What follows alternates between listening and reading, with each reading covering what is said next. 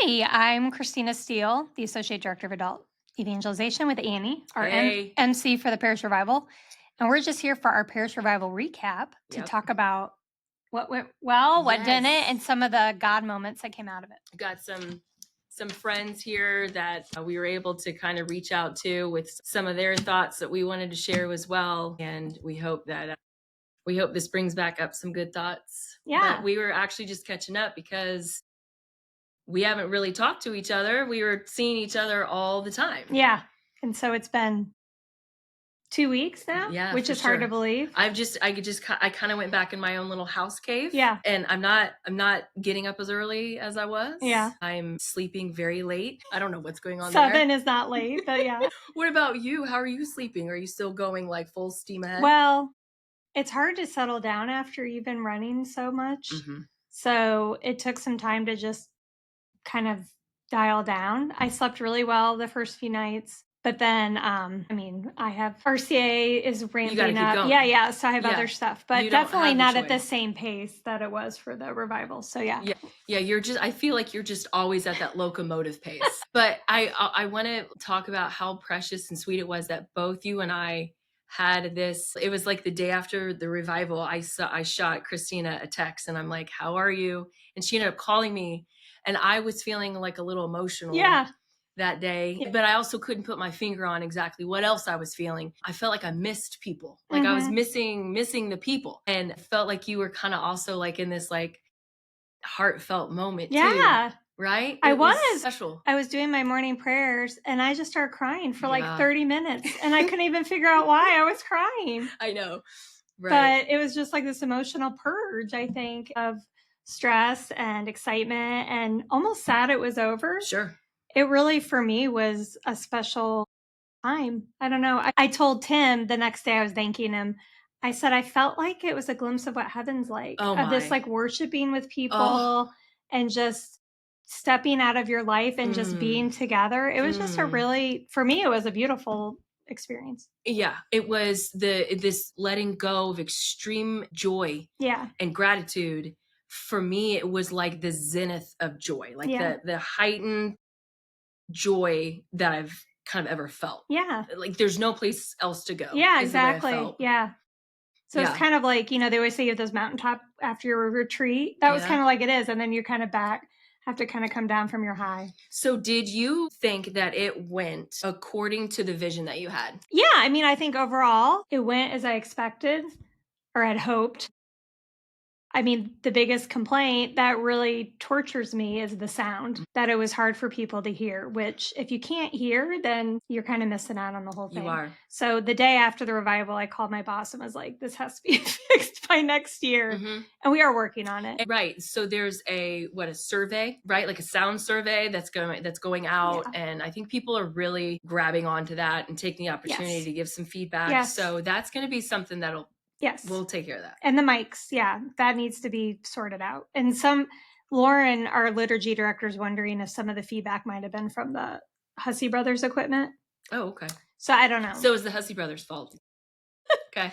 I don't think it was all their fault or their fault. Who knows? But I feel like I need to go take a course in sound equipment. So I'm ready for next year. But Oh my God. Well, we did the best that we could. Yes, we did. That is for sure.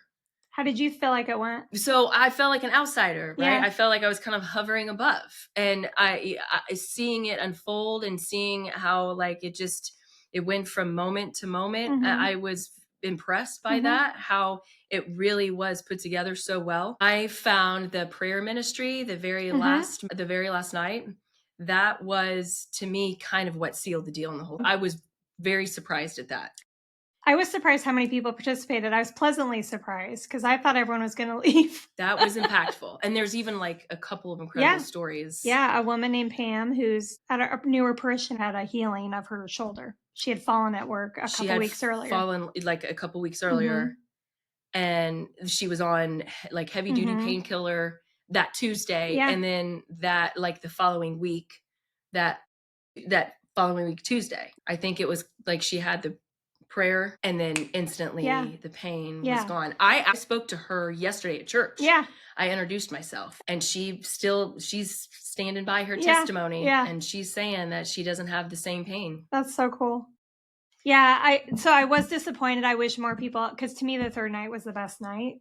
I felt like the talk, because Mission is, It was homey. Yeah. Right? It was very cozy. Well, and that's Tim's wheelhouse, is the talk on mission, and the parishioner testimonies were outstanding. Yes. And I'm so depressed. Well done. I feel like it's Satan because it never got recorded. Live stream went berserk that night. So it's the one night but a parishioner did record Tim's testimony or his talk. So we have that and we put that on the website, but we don't have the whole night. So I'm hoping that we can, when we start our podcast, we can bring those parishioners back in for, I know, but I want to bring those parishioners back in to tell their stories. Yeah. So at least we still can capture it. But yeah, I'm very bummed about that. Well, and one of my favorite things actually I liked about the whole 3 nights was at the end of the third night, some people went home. Yeah. Some people went to the reception in Parish Hall. Yeah. And some people stayed in the Nartha. And there was just this like chill communal vibe. Like the doors to the church were open. You could hear the Hussey brothers. People were hanging out in the church, getting prayed over. There was just this like cozy. Yeah. It was very homey. Yeah. Is the best word that I could describe it. Yeah. It was a nice touch. It was. Very unexpected. Because I didn't even leave that night till 10:30. So people lingered for a long time. Yeah. Yeah. Yeah. So that was really neat. Yeah. I think overall it was very good. It was just I think so too. Some of the hiccups, but I'm a perfectionist, so I'm going to focus on the hiccups. Well, you say that, but at the same time, there is this aspect of you that's like, there's nothing I can do about that. God's going to do that. Yeah, that's true. So you may be a perfectionist and that's good, but you also know like your boundaries, like when you have to kind of just like let go. Yeah. Especially with the attendance. Like I said, the third night I was disappointed, but then I'm like, you know what? Hopefully the people who need to be here are here, and that's all I can do. I can't. And I know people that lead busy lives and have activities and stuff. So sure. Yeah. Sure. Yeah. But hopefully people take time to listen to the talk because it was really good. Yeah. Yeah. Yeah. Tim, he brought it. So, and then I talked to Father about, do we do the revival again next year? And he's totally on board. So we'll definitely do it again next year. Sweet. Well, there you go. There you go. Well, Tim, the thing that I liked about him was, there's so much, but he said kind of on the way out the door, instead of feeling depleted. Oh, yeah. And worn out from all the things that I have to do and how I have to show up and how I have to speak, I'm actually feeling filled up. Yeah, that's right. What a major compliment. Well, thank you. Well, he said part of it was because we had an MC and that he didn't feel like he was responsible for those things like a speaker normally would. Yes. So yeah, I think that helped a lot. Yes. But yeah, that was a nice compliment. And I think Tammy probably would have preferred to talk a little bit longer. Yeah, I think she would have talked for 2 hours. Yeah. It was just really bad. So, and for people who don't know this, like I reached out to her in July to speak. You know the story. Such a good. I'd reached out to her in July about speaking because Father had said he'd love to have her speak the parish. And I had wanted her to come in the fall. And then she wanted it to time with the book tour. And they happened to be in Evansville on March 9th. And so the only way it was going to work is if it was during the parish revival because we already had it scheduled.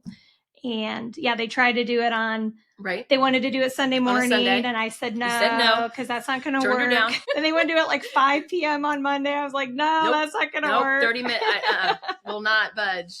So but that was the staunch, like you continued to stay in line with your vision. Well, I knew it wouldn't work because then it detracts from the revival. You can't have 2 big events at the same time. So, but it goes to show, like, if you stick with it, right? And I was like, if it's meant to be, it'll be. And she didn't charge us. Did you have a backup plan if she? Well, I was going to just do parishioner testimonies. Okay, that was the plan.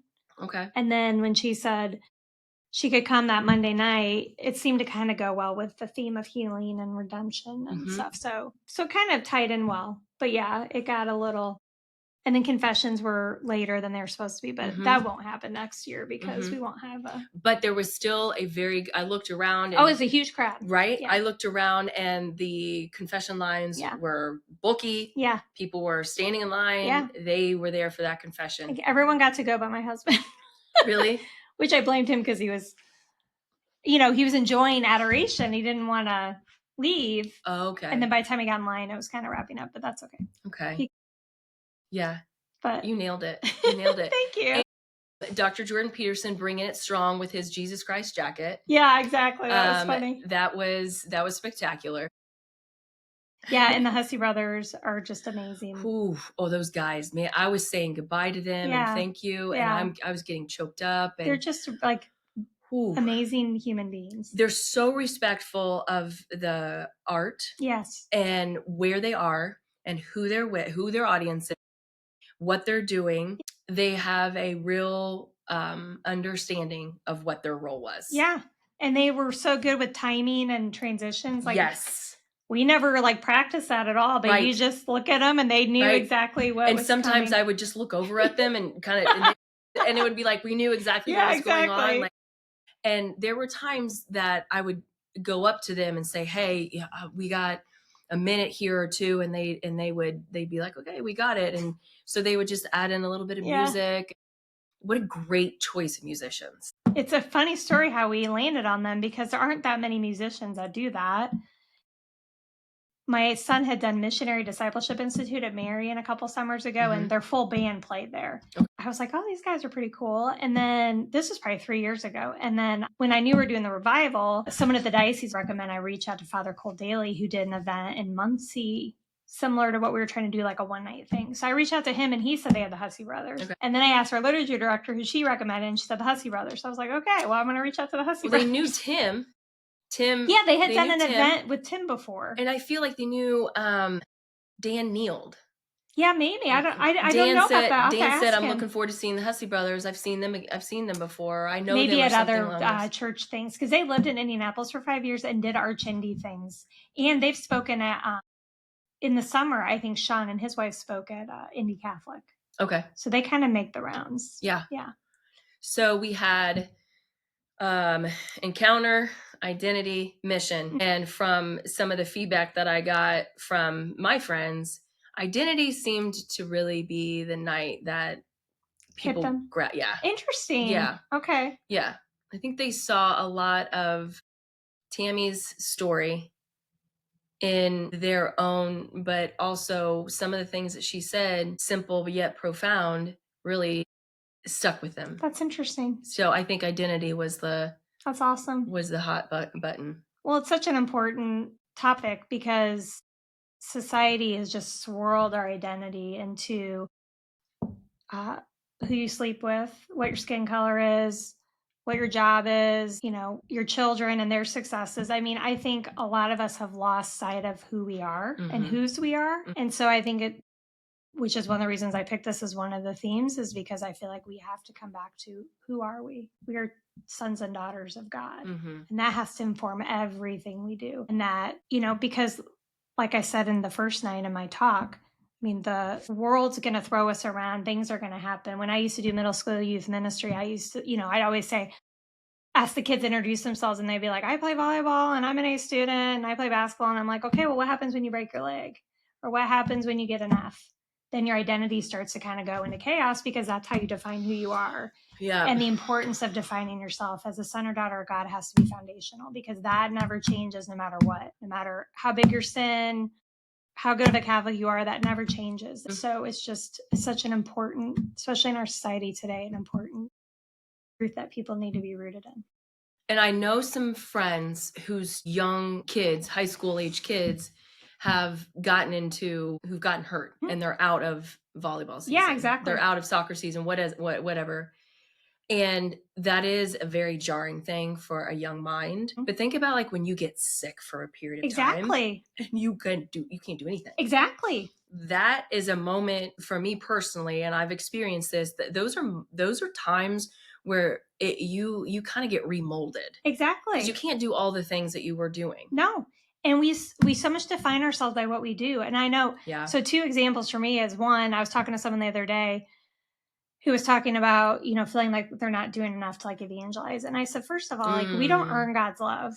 And like a perfect example is my autistic son, who literally does nothing but be himself. And he is a son of God that is so beloved. So good. And like, that's true of all of us. And then second of all, I used to be a stay-at-home mom, and I would talk to other stay-at-home moms who just felt like they were worthless because they weren't working and they weren't doing all these things. And it's like,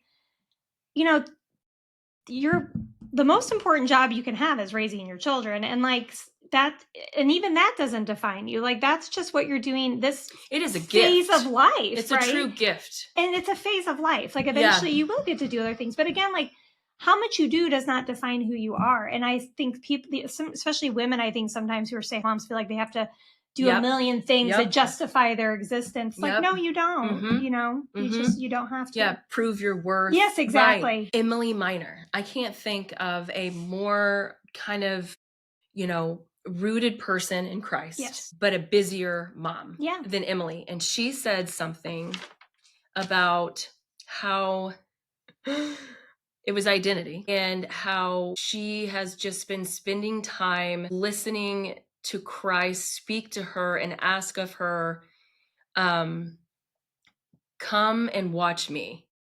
And she said, as he works in my life and in others' life, instead of me trying to do so much on my own and feeling responsible for so many people. And that is a habit that we get into, that we think we have to do all of that, right? And that's not necessarily true. No. That's not necessarily our job. Well, and even Tim brought this up on the last night about how he does these parish mission talks, and he always feels like he has to say these grandiose things that bring all these people to Jesus until he realized that's not his job. Our job is to plant seeds. God is the one that harvests the seed.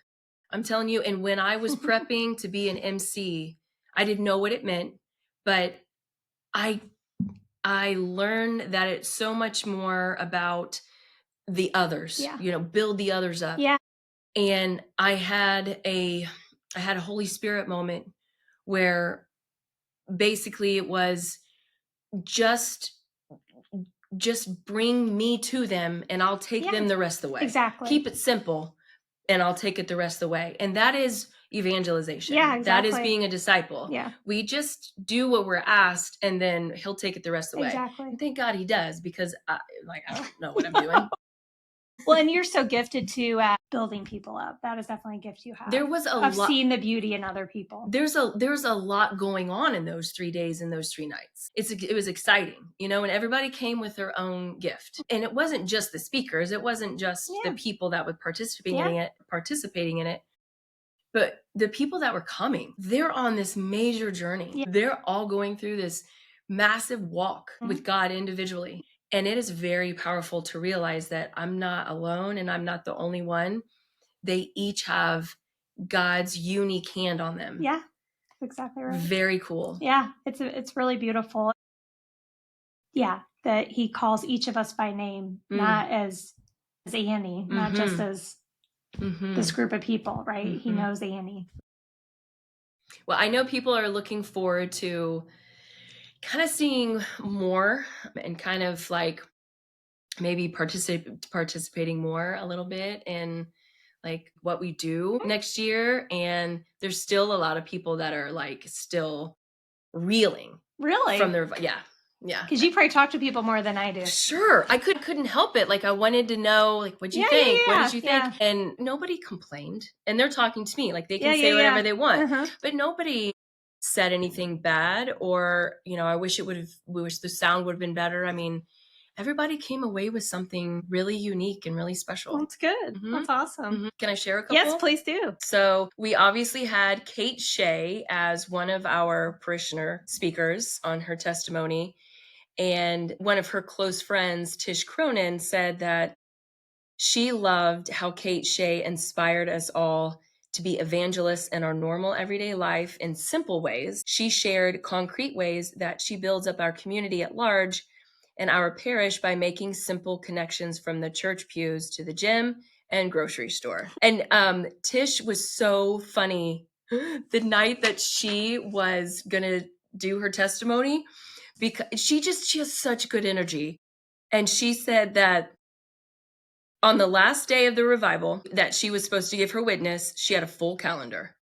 But God had a different plan. He wanted to slow me down, and he wanted me to be present to my life and those I were to encounter. I was able to listen to a friend in need, to take time. I was able to experience nature and the beauty around and be quiet. and it filled me with such a sense of peace before the revival. It's amazing when we take time to stop and listen how God shows up in our lives. Finally, moments before the revival, God sent a wise soul, Father Dave, to remind me the Holy Spirit is with me. Let go and surrender. And I see a lot of friends said they felt let go, surrender, be at peace. Wow. Like there was a lot of like, that's cool. right? And it's so simple. Yeah. You know, we get trapped up in all the things that we have to do. Yeah. And that was the whole point of the revival was, wait a minute. Step away. Get back to our identity. Do I have to be doing these things? Right. Can I tweak some things here and there? Yeah. Yeah. That's awesome. Jen Einturns said one of her favorite quotes from Tim was, "You are not an accidental product of the universe.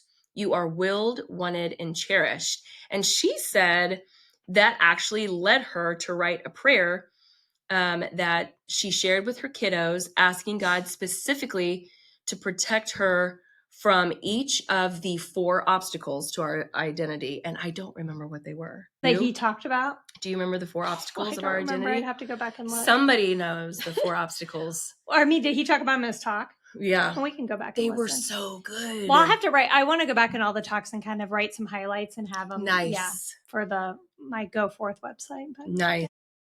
That's cool. I have a few too while you're still reading. Let's see. Laura Schuler, I did not know this, but 17 years ago, I guess she had breast cancer. Mm-hmm. And she was really taken aback by something Tammy said, which is the absolute certainty that she is a child of God.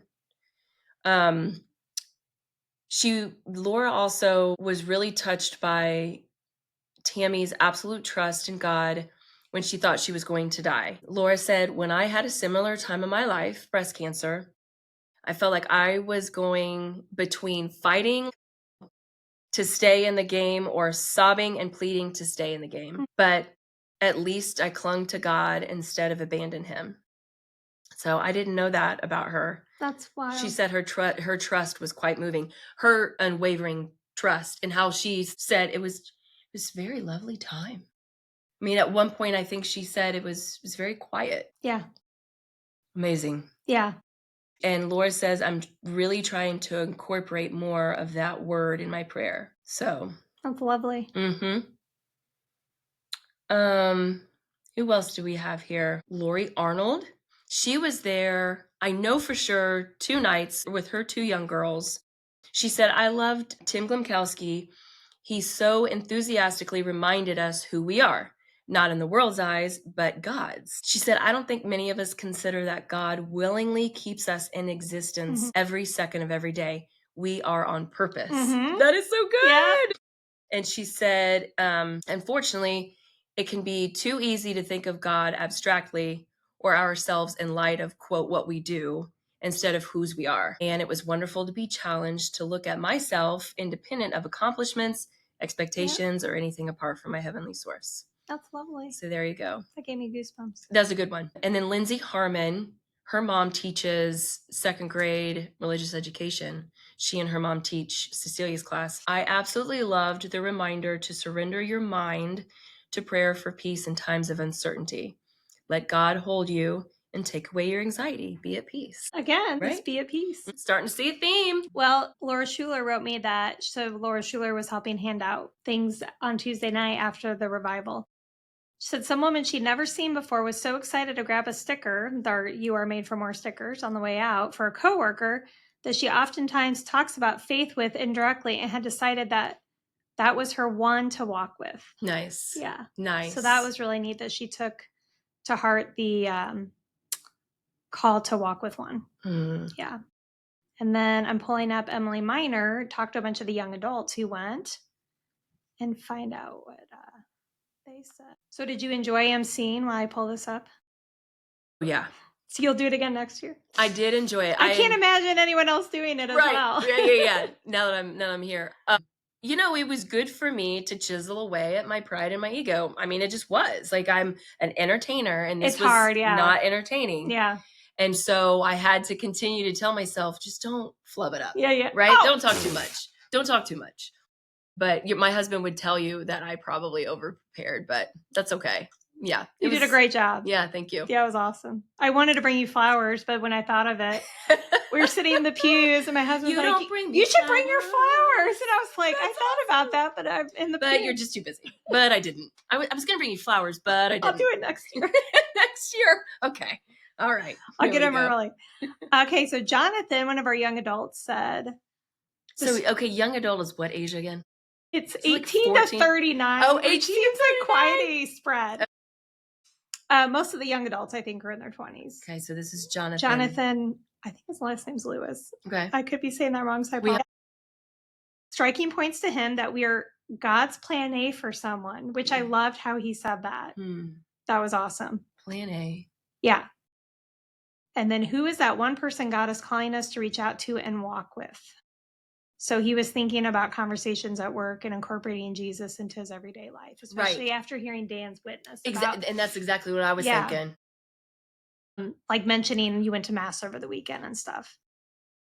Oh, and we didn't have Mr.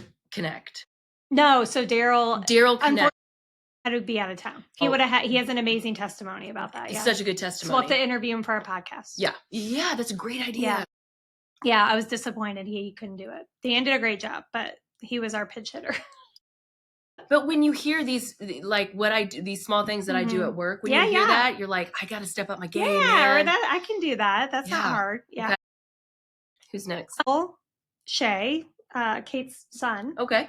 Really identify with Tim's stories on how he just existed in the Catholic world until he experienced his awakening and mission. I'm pretty sure Michael was the kid that clapped and wooed right before. Awesome. Yeah. That's so cheered for his mom before she spoke. But I think that's a really huge point for him to mention, because I think I was that same way. I just existed until I had this personal awakening with Jesus. I'm sure that's true with a lot of people. So a lot of autopilot before then. Rachel Morand, her striking point was mission without identity is just burnout. I love that. Yeah. Mission without identity it's so true. She said she realized she was not firm in her identity and in her job, which always seemed part of her vocation but was draining. But since hearing what Tim said, she's reflected that she needs and wants to be more firm in her identity, not worry so much about what others think about her and what she is doing. Yeah. And then the next day, following Tuesday, with that on her mind, she felt more fortitude and wisdom at work. She's looking at things with a renewed perspective and felt more alive and full of purpose. Oh, go Rachel. Yeah. So that's exciting. Nice. Lindsay Edwards, another young adult. She spoke to Tim afterwards to thank him for the National Eucharistic Congress, which she has seen fruit from. She said it set her heart on fire, it propelled her to get involved and find a community at St. Alphonsus and reinvigorated her prayer life. Oh. So that was just from the revival. So striking points for her. You can't expect God to work if you aren't taking steps yourself. Sure. And Tammy's story reminded her of how precious our faith is, that you can convert midlife, and the power of the rosary. Oh. So it made her more hopeful for and how approachable was Tim Glimkowski, by the way? The most down to earth. Same with Tammy and Dr. Peterson.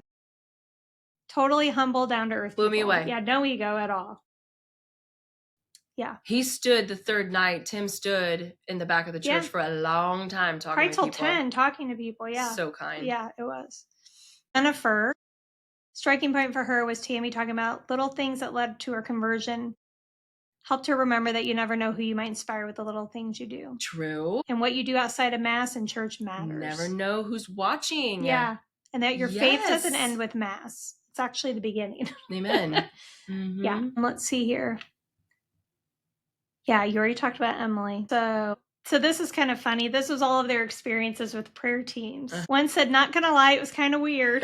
Right. But I'll do it again. Nice. Yeah, I think that's how most Catholics react the first time they do it. Oh, try getting your feet washed. There's nothing like it. Yeah. I didn't know what I was going to ask for in prayer as I was waiting, but right when I got to the front of the line, I knew. So that was neat. Yay! I was tempted to just go to the reception, but I decided I could wait a bit, and I'm so glad I stayed and was prayed over. And then, yeah. Oh, I love that. So it said Lindsay had a miraculous medal on a metal chain that started irritating her skin. So she hasn't worn it in a couple of weeks. One of the prayer team members asked if she had a miraculous medal out of the blue and said she said yes on my bracelet. And then they said, I have one here for you. And it was on a rope and not a metal chain. So almost like a prophetic.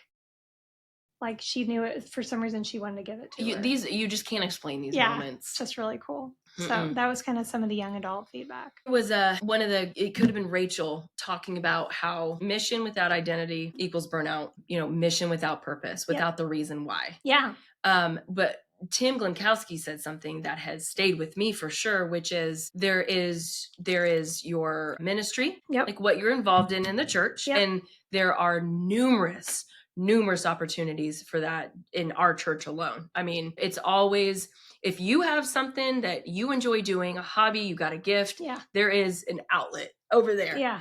But that is different than your mission in life. So separating now my ministry work from my mission, being a mom, being a wife, being a daughter, now I see the difference.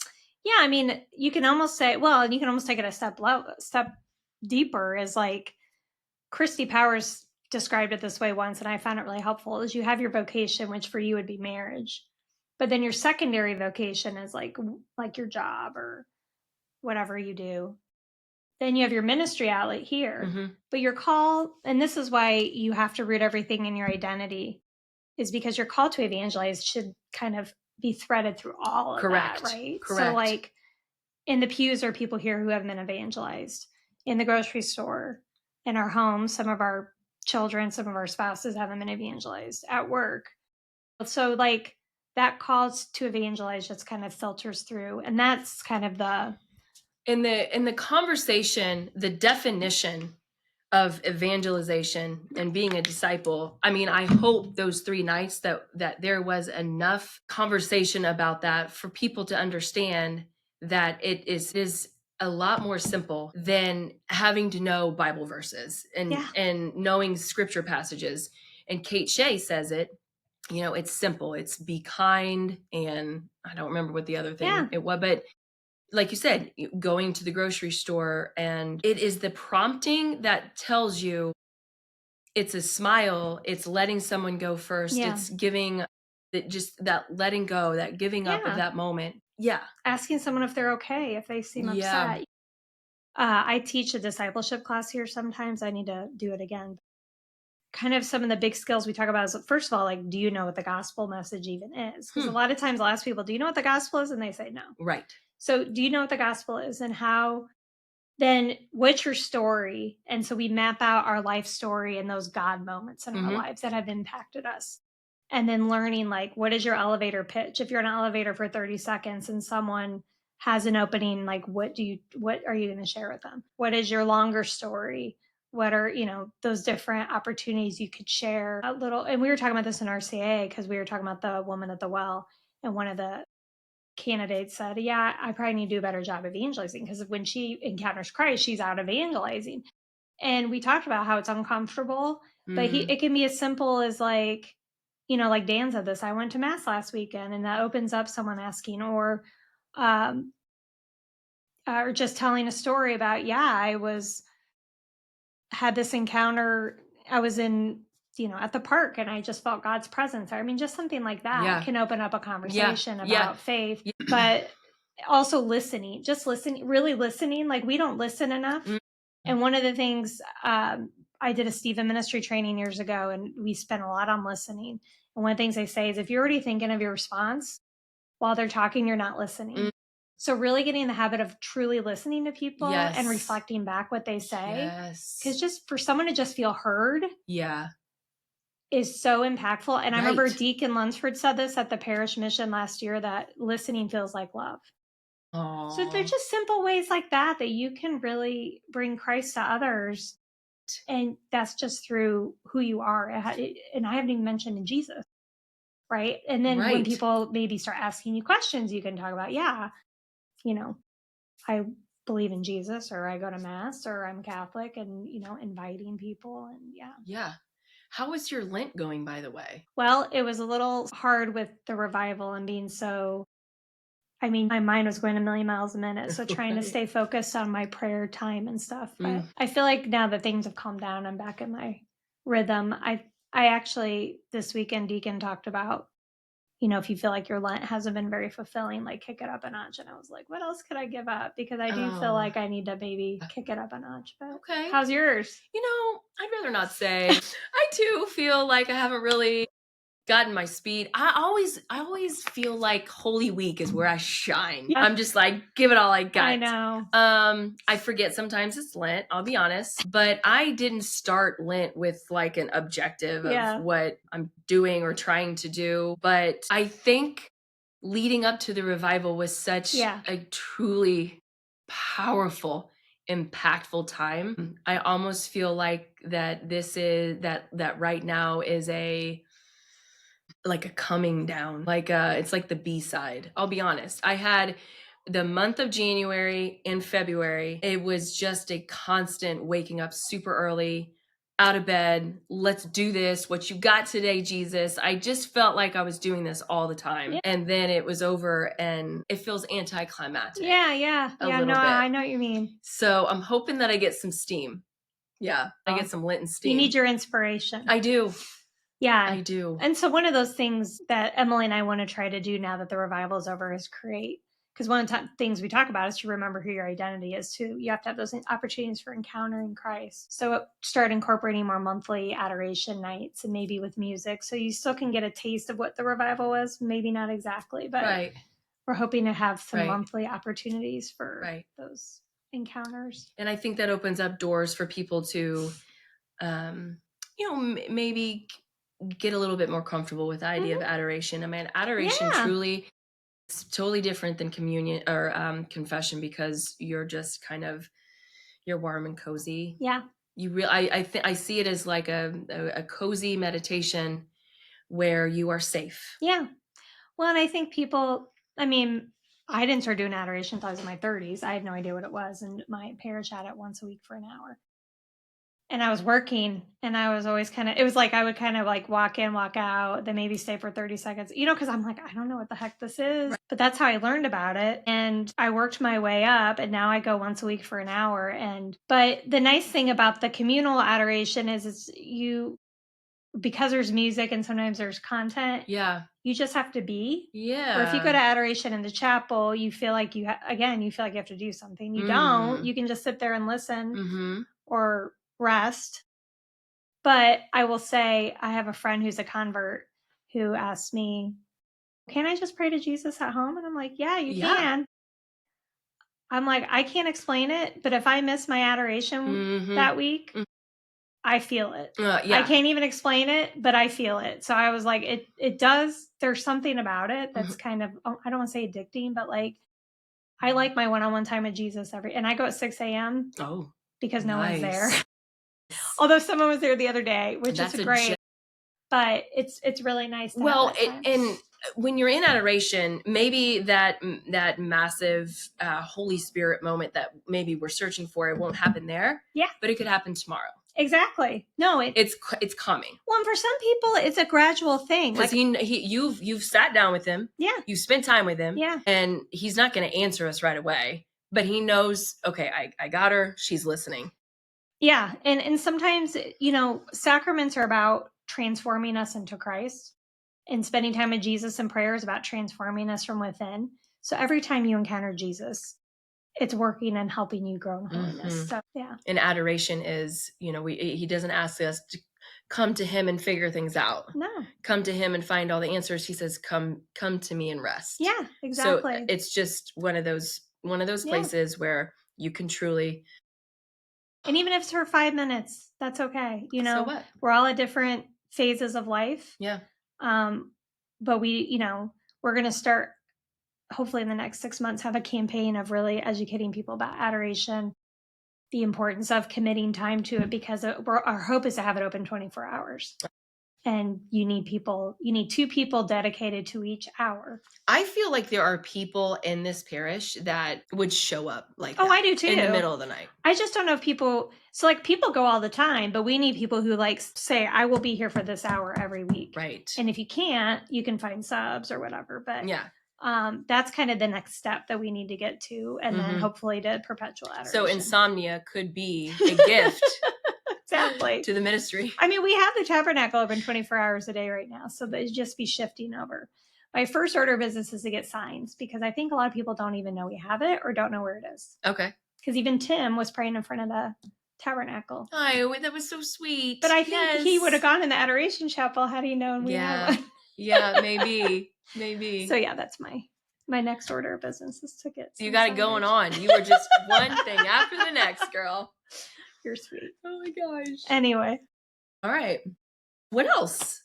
Yeah, I can't. Is there anything else? Are we going to, like, what other things are we going to talk about in the future? Are we going to? Yeah, so Andy and I are going to be launching a podcast. It's amazing. Yeah, and so we might have topics we just talk about like this, or interview parishioners and I would love that. Stories. That's going to be. I would love that. A big part of it. I even kind of daydreamed a little bit about interviewing like Father. Yeah, for sure. And showing like his fun, quirky personality. I would love that. I could see you coming up with some funny gags or I would love challenges that. For him. Yeah, I just when he talks about his cats, I think there's just like this sweet, cool innocence, and I don't know. I like that part of him. Maybe we should film it at his house so he can actually have his cats. We can meet his cat. And I've had Deacon Perry over to our house for dinner. Yeah. And he is so enjoyable. Yeah, he's a lovely man.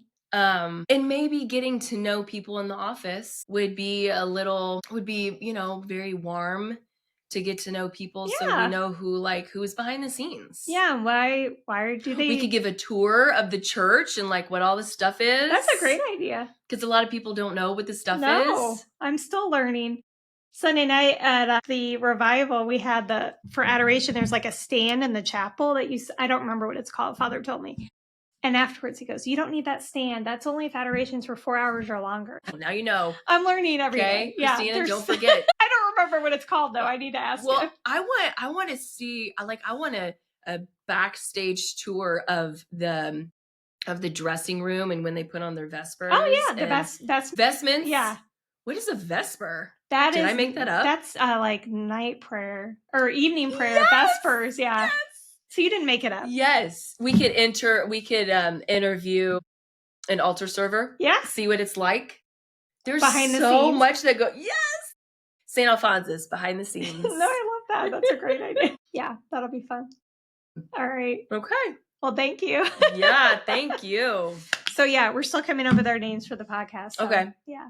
Okay. But you wanted to call it Coffee with Jesus. I did. I like that idea. Yeah. Especially if we're like doing it early in the morning, we can have our coffee, a little Jesus time, a little catch up. I think that it would be awesome to, keep our friends and parishioners' thoughts coming. Maybe there could be like, so-and-so has a prayer request. Yeah, that's a great idea. Or so-and-so had a pivotal God moment. Going back to that story of the gal who's back. Yeah. That's a great story. Yeah, just keep the momentum. I love that. Right? Yeah. Yeah. So we would need your help. We would need you guys to be open. Yeah. And willing to maybe the ride along on this journey. An opportunity to turn things in. Yeah. Yeah. Yeah. I like it. Okay. And then we could just get rid of the bulletin. Jerry wouldn't have to mess with that anymore. We wouldn't have to do the announcements at the end of Mass. Yeah, exactly. Just watch our podcast. I love it. All right. I love it. Good cake. Congratulations Thank on everything. You. Good for you. Thanks for your help. I feel it's good seeing you again. Yeah, you too. And I feel like the blessing of all this is I gained a friend. Come on. I will say yesterday when we saw each other at Mass. Yeah. And you came up and you were like, hey, friend, you gave me a hug. A little bit later, I reflected. I'm like, I'm not sure if she's a hugger. So I feel very honored. It's funny you picked up on that. Yeah. That's what I love. Because you and I feel like have very different personalities. Yes. I think we balance each other out. Weird. Well. Yes. It's weird. Yes. Yeah, but I have such high respect for you, and what you're doing and Thank you. What we're all doing, coming to church every weekend and all the work that you do. Well, sometime I'll tell my story of I encountered Christ very powerfully when I was 16 and promised him I would dedicate the rest of my life to serving him. And I had some ups and downs, but that's just always, that's a. And Kate Shea says, we all have a story. Oh, yeah. It's in our vulnerabilities, right? That we connect. Yeah. And your story should be shared for sure. Yeah, I think. Get to know Christina Steele. Love it. Love it. Yeah, that's what drives me every day. Sweet. Just, I want people to know they're loved no matter what. And that our Father, I think so many people view him as a tyrant and that he is a loving Father, like the prodigal son, the father who's waiting. You know, he just wants everyone to come home. Amen. And I just think too many of us feel like we're judged, we're unworthy, we're irredeemable, and like none of that's true. So that's kind of what drives me. It's, you have a much more softer approach. And I knew instantly when we sat here at this table, and I asked you, I'm like, what is your vision? What are we doing here? What is the why? You had a much more softer approach to who God is and what he's about than I was expecting. Well, I think it's because, and when I tell my story, I mean, I was a very great sinner and God saved me. And so I know if he can forgive me, he can forgive anybody. And I think that's where that comes from. So good. Yeah. Because I think people who sometimes have trouble with that, they are blessed that they didn't have to go through such suffering, but they miss out on that mercy that God gives all of us. Right. Yeah. Right. Grace and mercy. Right. Yeah. Anyway. All right. Beautiful. Beautiful. So there'll be more to come, but thank you. And we hope you enjoyed the revival, and we'll be in touch soon. Yeah. God bless you guys. Yeah. God bless.